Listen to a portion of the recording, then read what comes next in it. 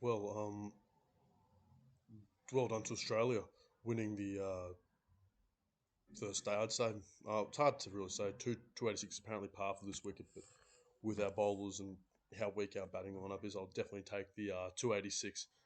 Um, Look, it was a bit of the same, but not really. So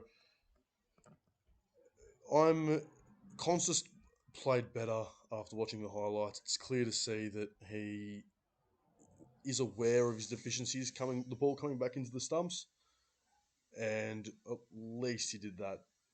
But I don't know how it went out was a bit suspect still after the innings he was building. Look, I just don't think. I don't know why we are treating Usman Khawaja like a lock in this team. I'll keep reiterating until the talk gets around him, but in no way, shape, or form is this man a lock in this team. If you take away his Sri Lankan record, his record over the past 2 years is bang average.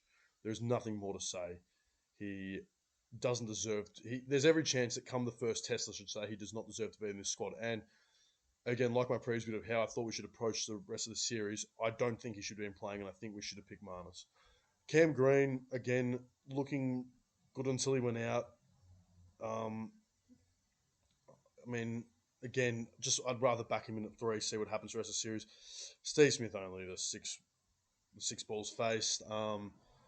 Again, this is exactly why I wanted Josh Inglis to be playing the whole series, and Smith can just rest.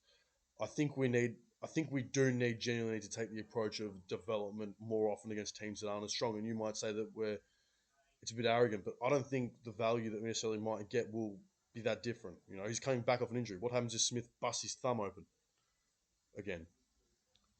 It's just baffling to me that we don't want to I know like Smith is a gun. Don't get me wrong, but I would rather back in Inglis and see what he can do because I wouldn't be surprised if Smith is also retired at the end of the Ashes. I'm pretty like Khawaja's gone.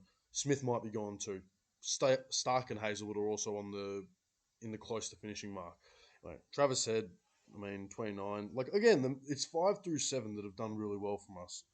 Like Bo Webster in particular, I thought looked sensational. He's now got to the point where you cannot drop him at 6 for Cam Green to slot back down. Simply a better batter than Cam Green. He's he's a different kind of bowler. He provides a different. He's very accurate.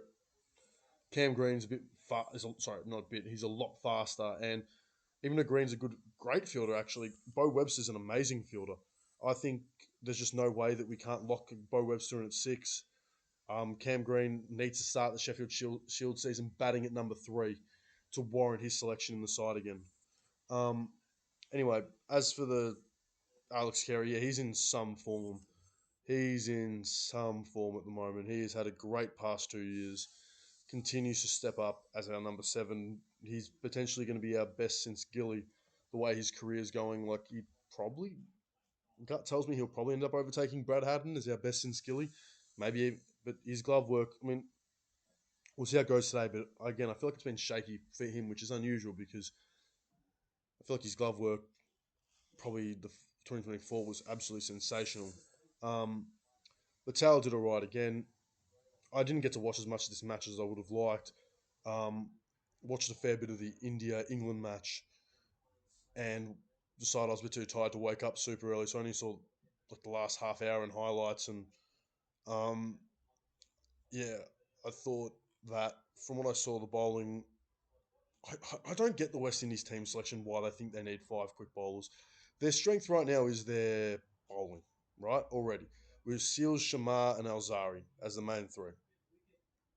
Um, Anderson Phillip is an all rounder, listed as an all rounder, but I don't think the value with his provides at the bat is going to be true all rounder worthy. So they're really going with 4 quicks. And then Justin Greaves, who bowled okay here, and then Roston Chase as well, who's another kind of all rounder. And maybe their logic is that we want to make sure that we have enough bowlers to then bowl this team out if they get on top of us. But I don't know. To me, they have the talent. Like their top 3 is good enough. And I don't know why they aren't trying to capitalize on that and pick an extra batter. Now I don't know who the I don't know enough about the domestic cricket scene in the West Indies, but there surely has to be another batter you can slide into this top order because I'm looking at this right now. Like Craig, Brayley, Campbell, Cardi. So you got batter, batter, batter, batter. Shea Hope is a keeper. Roston Chase is an all rounder. Justin Greaves is an all rounder. Anderson Phillip is a bowling all rounder. And these two can hold the bat a little bit. Don't think much of him. That's a very weak six down. Like, there aren't going to be, like, obviously, we know these two can, Roston Chase and Justin Greaves can bat to some extent, but I would rather shore up the batting lineup a bit, either by. But Greaves is good at batting. I like seeing him, but maybe I'll be wrong. Maybe Phillip will provide a valuable 20 or 30 lower order runs, but I look at this and I'm like, Brandon King was hopeless last game. I know one game isn't a way to dictate a player, but um, yeah, to me, it's just not quite good enough. Overall, though, good par day for Australia. I actually do hope to see the West Indies put on a show and make some runs back. Just a quick around the grounds. I'm watching this game now. I watched it a fair bit today, and it's good. I mean, the runs in this series I won't be looking into as much because the Sheffield Shield has better bowlers than Sri Lanka does, and like for example, these bowlers in general aren't the like the Australian bowlers in this series aren't the be all and end all of the Shield. Like they're not even first choice for the majority of teams they play. Um, but it's good to see that a bunch of the men are amongst the runs. Oliver Peake, especially, even though Sanger and McSweeney are realistically all of them. Sanger, McSweeney, Renshaw, and Peake all made runs, and Kellaway and Philippe did all right. So it's good to see that they'll be making runs, and it's not. I mean, really, it's a one-day format match, but yeah, good to see regardless. And yeah, as I said, watched a fair bit of India and England. You'd be thinking England are this game, I don't know. I feel like this game has to end in a draw. I can't see India's bowling attack bowling them out.